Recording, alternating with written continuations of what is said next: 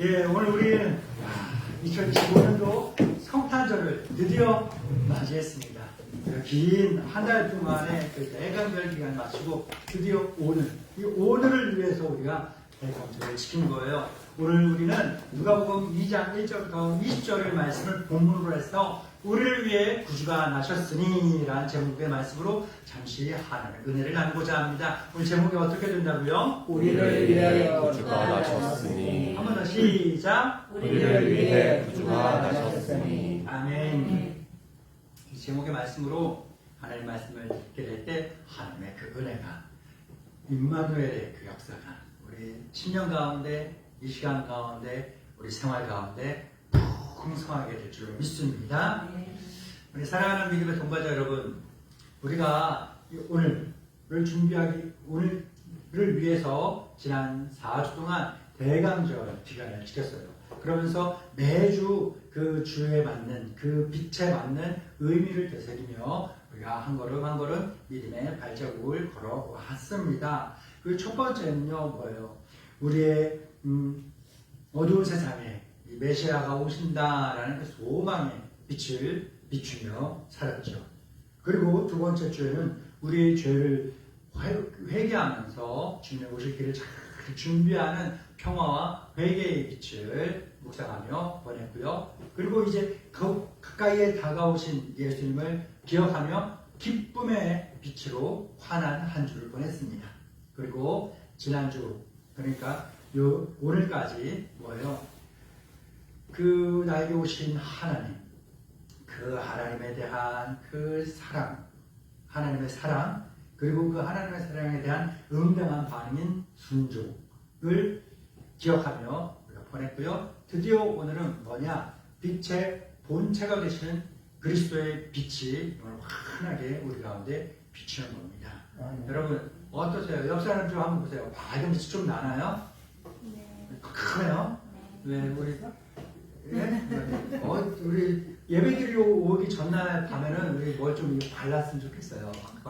그 다음날 이제 아침에 예배드리러 올 때 분들분들 해갖고 번쩍번쩍한 빛이 나게끔 우리가 내면의 빛이 기도를 많이 하고 거룩하고 성결하게 살다 보면 우리 내면에 정말 복음의 빛이, 말씀의 빛이, 예수 그리스도의 빛이 환해져서 가득해져서 이 빛이 어떻게 되냐면요, 계속 점점 새어 나와요. 그러다 보면 환하게 얼굴에 빛이 나는 그러한 일이 나요.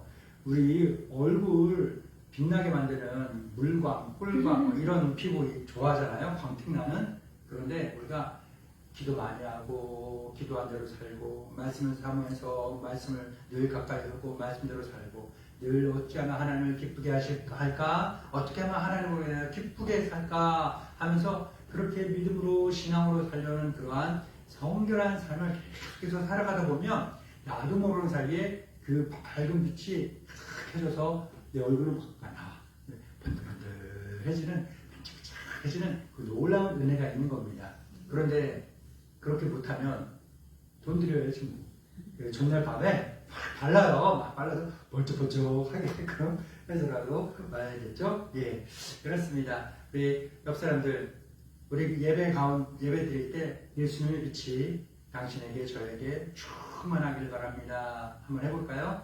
예수님의 빛이 당신과 저에게 충만하길 바랍니다. 시작. 예수님의 빛이 당신과 저에게 충만하길 바랍니다. 우리 반대로 바꿔서 앞뒤 옆 사람으로도 시작. 예수님의 빛이 당신과 저에게 충만하길 바랍니다. 한 명에게 더 시작. 예수님의 빛이 당신과 저에게 충만하길 바랍니다. 아멘. 그래요. 오늘 그 예수님의 빛의 실체 되신 사랑의 실체 되시는 그 예수님께서 오신 거예요. 그 오신 그 예수님께서 우리에게 주시는 그 귀한 말씀, 은혜가 있는데 이것을 오늘 다들 피곤도 하시고 그러니까 짧게 간략하게 하겠습니다.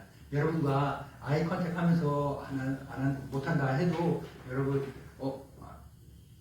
목사님 요즘 오늘 유난히 안 하셨네? 그러지 마시고 빨리 끝내주시려고 원고에 충실하시는 날구나 라면서 기쁘고 감사하게 그렇게 받으시기 바랍니다. 아멘. 예. 성탄 성탄이 주는 그 의미는 뭐냐면요. 하나님, 그 하나님께서 역사의 주관자 되시는 거예요. 주인이신 거예요. 아멘이십니까? 예, 모든 역사의 주인 되시는 하나님께서 왕이신데 그분이 어떻게 하셨냐면 가장 낮은 곳으로 오셨다는 거예요. 역사의 주관자인 하나님께서 가장 낮은 곳으로 오셨다. 시작. 역사의 주관자인 하나님께서 가장 낮은 곳으로 오셨다. 우리 말씀 읽어볼까요? 누가복음 2장 1절부터 7절입니다. 시작. 그때 가이사 아구스토가 영을 내려 천하로 다 오적하라 하였으니 이 오적은 불행류가 수리와 총독이 되었을 때 처음 한 것이다. 모든 사람이 오적하러 각각 고향으로 돌아가며 요셉도 다윗의 집 족속이므로 갈릴리 나사렛 동네에서 유대를 향하여 베들레헴이라 하는 다윗의 동네로 그 약혼한 마리아와 함께 호적하러 올라가니 마리아가 이미 잉태하였더라. 거기 있을 그때 계산할 날이 차서 첫 아들을 낳아 강보로 싸서 구유에 누웠으니 이는 여관에 있을 곳이 없음이로라. 아멘. 당시 예루살렘은, 이스라엘은 로마 제국의 식민지였죠. 침략을 당해서 식민지였습니다. 그래서 그때 나라를 다스리는 그 분봉 왕이 있긴 했는데 그 왕보다 더 큰 통치자 황제가 있었어요. 로마의 황제인데 그때 당시의 황제의 이름이 뭐냐 하면요. 가이사 아구스토입니다. 가이사 아구스토가 이제 명령을 내렸어요. 모든 백성이 인구 조사를 위해서 뭘 하냐? 각자 자기 집으로, 고향으로, 출생지, 본적으로 돌아가서 그거를 해라. 호적 신고를 해라. 그동안 10년 동안, 20년 동안, 30년 동안 타지나가 살면서 내 가족들이 더 늘었는지 줄었는지 이런 것들을 와서 보고해라 라는 거였어요. 그런데 이것은 그냥 가이사 아우구스토 황제가 자기의 식민지와 자기 본국에 다스리는 나라의 병력과 인구와 세금에 어떻게 걸칠 것인가 이런 것들을 계산하기 위한 목적이었겠지만 그것만 있는 것이 아니었어요. 하나님께서 당시 로마의 황제 가이사 아우구스토를 통하여서 말씀이 성취되는 도구로 사용하신 겁니다. 하나님께서 미가 선자의 예언을 통해서 어디에 오겠다라고 말씀하셨냐, 예고하셨습니까? 베들레헴에서 내가 너희를 찾아가겠다. 약속하셨어요. 말씀하셨어요.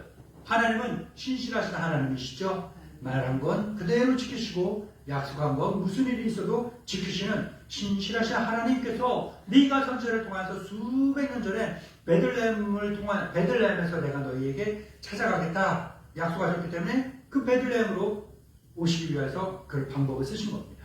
그런데 만왕의 왕이신 예수님께서 이 땅에 오시는데 그 머무는 곳이 화려한 궁전이 아니었죠. 어디였습니까? 우리가 잘 알고 있는 것처럼 마구간. 그분의 침대는 뭐였어요? 말밥그릇인 구유. 가장 높으신 하나님께서 가장 낮고 천한 곳으로 내려오신 겁니다. 이것은 무엇을 말씀하시는 걸까요? 바로 주님께서 우리 인생의 가장 밑바닥, 가장 아픈 자리까지 찾아오시는 분이시다라는 걸 알게 하는 겁니다. 제가요, 요즘 여러 가지 바쁜 일들이, 분주한 일들이 많은데 그 바쁘고 분주한 가운데서도 제가 드디어 드라마 하나를 끝냈어요. 여기 보신 분들도 계실 거예요.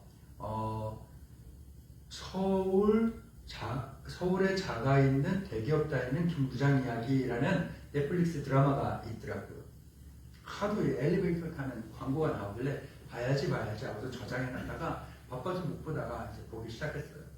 근데 처음에 1화를 시작해서 한 몇 분 보다 보니까 이거는 빨리 보기로 볼 게 아니라 정속도로 천천히 감상하면서 봐야 될 드라마 같은 거예요. 그래서 제가 시간이 오래 걸리더라도 천천히 봤습니다. 참 우여곡절 많고 그런 걸 보면서 가슴이 짠하더라고요. 제가 좋아하는 가곡 작곡가 선생님 중에 김효근 선생님 계시는데 김효근 선생님 어느 날 이제 인스타그램에서 이렇게 글을 올렸어요. 이 드라마가 끝났다 하면서 이걸 보면서 그 선생님이 이걸 보면서 자기도 이게 느낌이 너무 많은 거야. 참. 그래서 이 세상에 살아가는 모든 김부장들, 그러니까 중년의 그 가장들, 남편들에게 힘내라고 곡을 또 썼어. 유튜브 같은 데 찾아보면 그런 내용이 그 음악을 들을 수 있을 거예요. 예. 뭘 말씀드리려고 하느냐면요. 보신 분들도 아시겠지만 살아가는 이 시대 얼마나 힘들고 가장으로서 또한 남편으로서 또한 아내로서 살아가는 그 무게가 얼마나 힘들고 어려울까요? 결국은 그분이 대기업 부장으로서 이는 상무 이사의 진급을 코앞에 두고 있다가 저기 시골 개똥 치우는 집으로 그때서 좌천돼 버렸어요. 그렇게 인생이 밑바닥이다 생각하고 있었는데 그때조차도 뭐가 있느냐? 그러한 삶을 살고 그러한 심정을 갖고 있고 그러한 감정을 갖고 있는 사람들에게 하나님은 찾아오셨다는 거예요. 오셔서 힘을 주시고 위로하시고 네가 잘 나갈 때만 내가 너와 함께 하는 게 아니라 네가 가장 안 나가고 네가 가장 힘들고 네가 가장 외롭고 네가 가장 고통스럽고 괴로울 그때 그 자리에 내가 함께 있어. 오늘 성탄절을 보내면서 가장 높으신 만왕의 왕께서 모든 역사의 주관자께서 가장 낮은 곳으로 나에게로 찾아오셨다라는 사실을 기대하며 오늘 성탄을 감사할 수 있길 바랍니다. 그리고 이 가장 높으신 역사의 주관자께서 이 땅에 오신 것은 큰 기쁨의 좋은 소식입니다. 그런데 이걸 누구를 위해 한 소식일까요? 나만을 위해? 아니죠. 모든 사람을 위한 큰 기쁨의 좋은 소식인 줄 믿습니다. 우리 이어지는 말씀 한번 읽어볼까요? 누가복음 2장 8절부터 14절까지입니다. 시작. 그 지역의 목자들이 밤에 밖에서 자기 양떼를 지키더니 주의 사자가 곁에 서고 주의 영광이 그들을 두루비추매 크게 무서워하는지라. 선자가 이르되 무서워하지 말라. 보라, 내가 온 백성에게 미칠 큰 기쁨의 좋은 소식을 너희에게 전하노라. 오늘 다윗의 동네에 너희를 위하여 구주가 나셨으니 곧 그리스도 주시니라. 너희가 가서 강보에 쌓여 구유에 뉘어 있는 아기를 보리니 이것이 너희에게 표적이니라 하니 호련히 수많은 천군이 그 천사들과 함께 하나님을 찬송하여 이르되 지극히 높은 곳에서는 하나님께 영광이요 땅에서는 하나님 기뻐하신 사람들 중에 평화로다 하니라. 아멘. 천사들이 예수님의 전한 그 예수님의 탄생 소식은요, 당대에 권력을 갖고 있던 왕이나 귀족이나 큰 군대 장군에게 그 소식을 전한 게 아니었습니다. 한밤중에 바깥에서 양떼를 지키고 있던 목자들에게 그 큰 기쁨의 좋은 소식을 가장 먼저 전했습니다. 이것은 무엇을 알게 하느냐? 당시 사회에서 소외되고 인정받지 못한 사람들에게 가장 먼저 귀하고 소중하고 아름답고 복된 소식이 가장 먼저 전해졌다라는 겁니다. 천사는 외치죠. 무서워하지 마라. 무서워하지 마라. 보라, 내가 온 백성에게 비칠 큰 기쁨의 좋은 소식을 너희에게 전하노라. 이것은 복음이 차별이 없이 전해진다라는 걸 깨닫게 하죠. 슬픈 사람, 외로운 사람, 죄짐에 눌린 사람, 고민하는 사람, 힘들어하는 사람, 기뻐하는 사람, 잘 먹고 잘 사는 사람, 그 누구에게나 구별 없이 동일하게 전해지는 큰 기쁨의 좋은 소식이 예수님의 소식인 것입니다. 그래서 하늘에는 영광이요 땅에서는 하나님 기뻐하시는 사람들 중에 평화가 임하게 되는 줄로 믿습니다. 끝으로 세 번째로 우리를 위해 찾아오신 예수님을 찾아가서 봐야 돼요. 이건 중요한 거예요. 가장 중요하다 할 수 있습니다.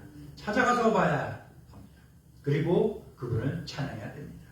한번 읽어보시겠어요? 우리를 위해 나신 구주를 목격하고 찬양하자. 시작. 우리를 위해 나신 구주를 목격하고 찬양하자. 아멘. 끝으로 이어지는 말씀입니다. 누가복음 2장 15절부터 20절까지 시작. 천사들이 떠나 하늘로 올라가니 목자가 가서 말하되 이제 베들레헴으로 가서 주께서 우리에게 알리신 바 이 이루어진 일을 보자하고 빨리 가서 마리아와 요셉과 그 위에 있는 나가를 찾아서 천사가 자기들에게 이 아기에 대하여 말한 것을 전하니 듣는 자가 다 목자들이 그들에게 전한 말들을 놀랍게 여기되 마리아는 이 모든 말을 마음에 새겨 생각하느라 목자들은 자기들에게 있던 바와 같이 듣고 본 그 모든 것으로 인하여 하나님의 영광을 돌리고 찬송하며 돌아가니라. 아멘. 목자들은 천사들의 말을 듣고 의심하고 진짜인가 검증하느라고 검색해보고 확인해보느라고 시간을 지체하지 않았어요. 목자들은 천사들이 자기들에게 전한 그 말, 야, 내가 너희에게 전하는 이 말이 뻥인 것 같냐? 진짜인 것 같냐? 거짓말인 것 같냐? 못 믿겠냐? 그럼 확실한 증거가 있어. 너희가 빨리 저쪽 건너편 동네로 가게 되면 거기에 강보에 쌓여 그 위에 누워있는 아기가 있을 거야. 그분이 바로 그거야. 내 말이 너희가 가서 보면, 그 아기를 보면 내가 너희에게 전한 이 모든 말이 진짜라는 확실한 증거야. 라는 거예요. 과거란다. 몇 년 전에 그 성지순례를 갔을 때 이 목자들의 들판 교회라는 곳에 가서 베들레헴을 봤어요. 언덕, 우리로 따지면 산은 아닌데 그쪽에서는 산이라고 해요. 언덕과 언덕 계곡이 있고요. 이쪽 목자들의 들판 교회에서 바라보게 되면 건물이 없으면 그대로 예수님의 탄생교회가 보일 만한 그런 곳입니다. 뛰려면요, 그 비탈이고 가파르고 또 울퉁불퉁 바위, 크고 작은 바위들이 많이 있기 때문에 쉽게 가지 못해요. 위험이 있습니다. 그러나 이 목자들은요, 그 위험을 모두 무릅쓰고 헐레벌떡 빨리 뛰어간 겁니다. 그들이 뛰어가서 뭘 봤을까요? 그 위에 누워있는 아기를 본 거예요. 그리고 뭘 했을까요? 하나님께 영광을 돌리며 돌아간 겁니다. 자기들의 일상으로 다시금 돌아간 거예요. 자기들이 보고 들은 모든 것들을 그 모든 사람들에게 전하며 돌아간 겁니다. 성탄의 신비, 기쁨은요, 구경하는 사람에 차지하는 게 아닙니다. 성탄의 신비를 찾는 사람, 찾아 나서는 사람, 그것을 믿는 사람, 그리고 그 기쁜 소식을 전하는 사람들에게 성탄의 신비, 성탄의 그 기쁜 소식이 그들의 삶 가운데 그대로 이루어질 것입니다. 목자들이 천사의 방문을 받고 천사로부터 그 기쁜 소식을 듣고 예수님의 성탄을 가장 먼저 목격하게 된 그 이유가 있습니다. 그들이 일상의 생활에 최선을 다하고 있었기 때문이에요.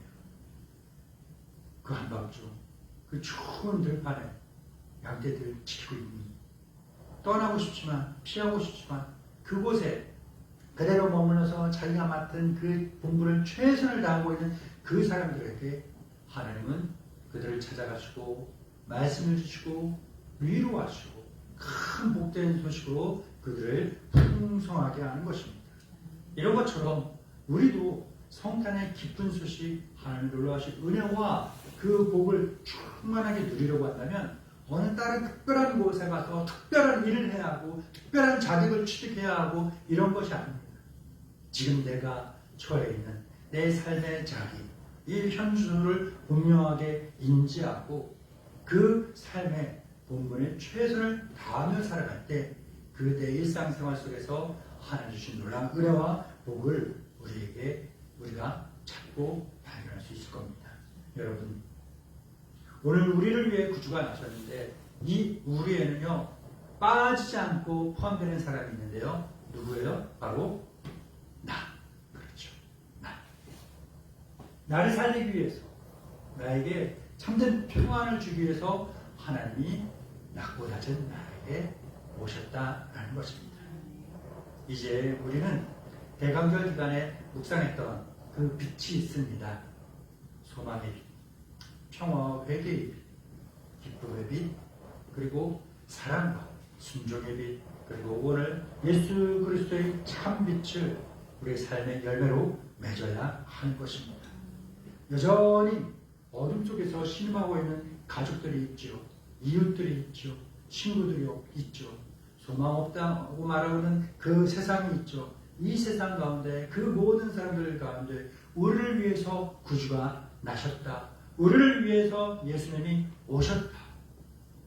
왜 내가 교회에 가야 돼? 내가 왜 예수님을 믿어야 돼? 반문하는, 반대하는 사람들에게, 왜냐하면 너를 오셨기 때문에. 다른 사람이 아니라 바로 너를 만나기 위해서, 나를 만나기 위해서 예수님이, 하나님이 오셨기 때문에 날 만나려는 그 목적 갖고 오신 그분을 만나기 위해서 우리가 교회로 가야 되고 예배를 드려야 되고 믿어야 된다라고 전해야 하는 것입니다.